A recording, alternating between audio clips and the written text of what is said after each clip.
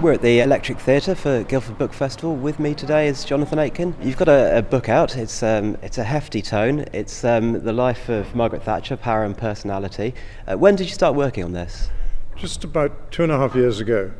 And it is a hefty tome, but surprisingly it's the shortest full-length biography of Margaret Thatcher, because the only other two people who've done her have done her in 2 volumes.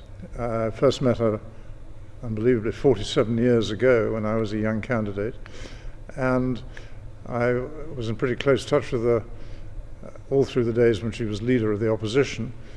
As all the world knows, I dated her daughter for 3 years, which was not my best career move, but it was certainly, from a biographer's point of view, I saw her in the family setting, in a personal setting.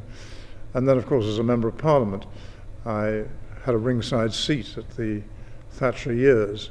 There's a lot about her family in there. I mean, some of her critics have talked about a lack of empathy. It's been one accusation thrown sometimes, and yet with the family it seems to be a very close thing. In terms of her family, it was a family which survived intact, which is not always easy when you're in the front line of politics, but it was also a dysfunctional family.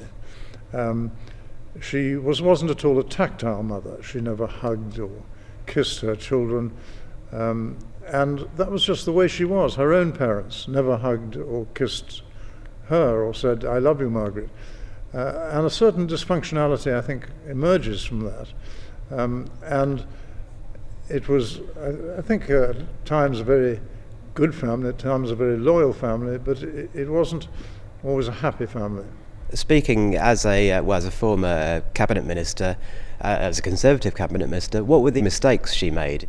Her big mistakes were, first of all, the poll tax, which she got grievously wrong, and that brought about her own defeat. After that, you have to say, on all the sort of major issues of the day, the bigger the issue, the more right she was. She was often wrong on small issues, and particularly on personality issues.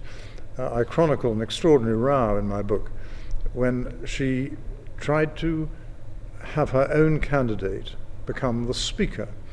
And this was a great misjudgment, because constitutionally the Prime Minister plays no part in the appointment of the Speaker. The Speaker is elected by MPs of all parties. But she didn't want a man called Jack Wetherell, who turned out to be a very good Speaker, and she wanted her own candidate, somebody called Humphrey Atkins. And she fought like an angry tigress to have Atkins in and Wetherell out. And it's a very unhappy example of her ability to misjudge people and situations quite badly. So she made her mistakes.